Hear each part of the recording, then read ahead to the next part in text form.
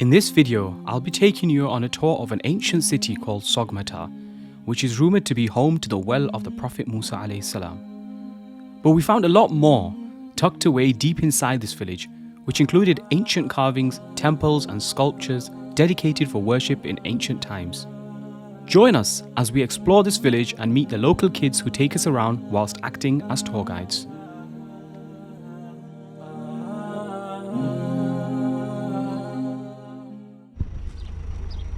So let's go and see if we can find this well. Assalamu alaikum. Ma ism? Amir. Isa, mashallah. Shamsa, Shamsa. بشرى ما شاء الله. وأنتي؟ أمينة. هذا بئر موسى. لا عذاك بالبختة. بئر موسى هنا. So these kids are going to kindly take me, and so let's go and have a look to see if we can find the well. Are you going to come with us? هذا بئر. Hazrat Musa. Hazrat Musa alayhi salam. Before we continue with the video, here's a passage from the Quran which puts Musa alayhi salam's story in perspective. When Prophet Moses arrived at the well of Midian, he found a group of people watering their herds. Apart from them, he noticed two women holding back their herd. He asked them, "What is the problem?" They replied, "We cannot water our animals until the other shepherds are done, for our father is a very old man." The well in this story is rumoured to be right here in this village in southeast Turkey. However, the vast majority of sources tell us that it's actually in a place called Midian or Maqna in the Tabuk province of Saudi Arabia. In fact, the Quran itself has used the word Midian explicitly. Why Turkey has claimed this place here to be the well of Musa alayhi salam makes absolute no sense to me. But it was still powerful walking around the village and exploring the Assyrian history, as you'll see in a little while. So people live in all these houses apparently. Can't really see them at this time of the day because it's midday. It's only the children that will be out. Ah, for him. So they're saying that the water from underneath.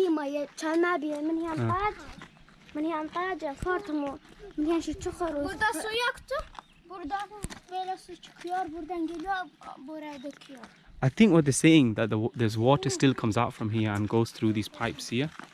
I think that's what they're trying to say, and it goes into the entire village.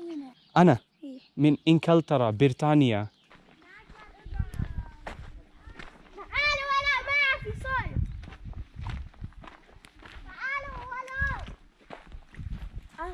Some frogs down here, isn't there? Kurba. Can't see them anymore.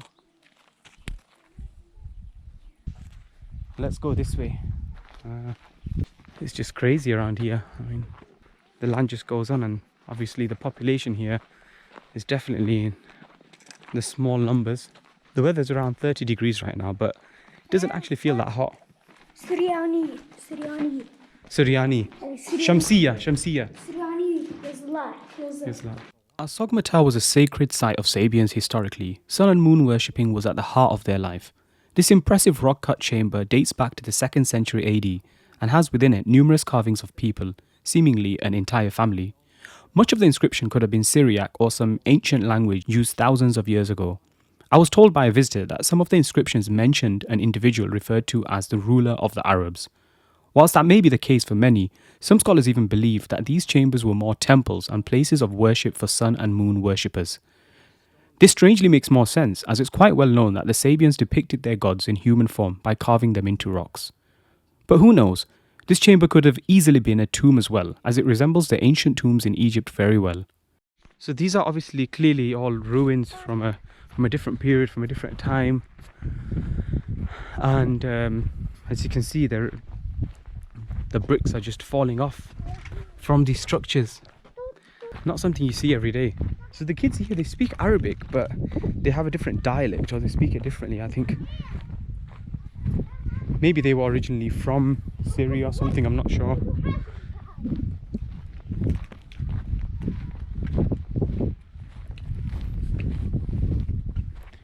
So there's more kind of enclosed spaces here. So these three are following me around here. They seem to love my company. There's more enclosed spaces just over there. So we'll go have a look at something else quickly here.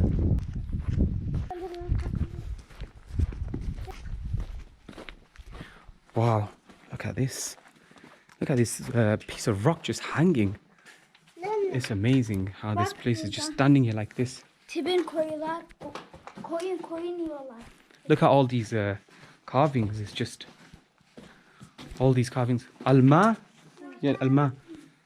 So it seems like maybe this was used as like kind of a water passage here. But the way it's all carved out, and it does look very, very old. So I was just imagining how it was done by the people that lived at the time. And it's really cool in here in comparison to the heat out there. It's actually very, very cool in here.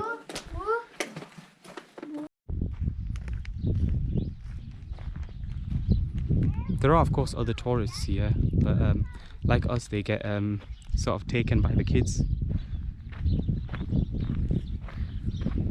Let's go check this guy. There's quite a few of these. I think they get used around here for labour purposes, for climbing hills with a load of stuff on their back. There's a load more properties here, well, structures that are in ruins right now, and it's strange to see people still living amidst all this. So I've just come back to the car now, and this little girl, Bushra, really deserves a treat. She needs to be paid for her efforts, so shukran, shukran. Huh?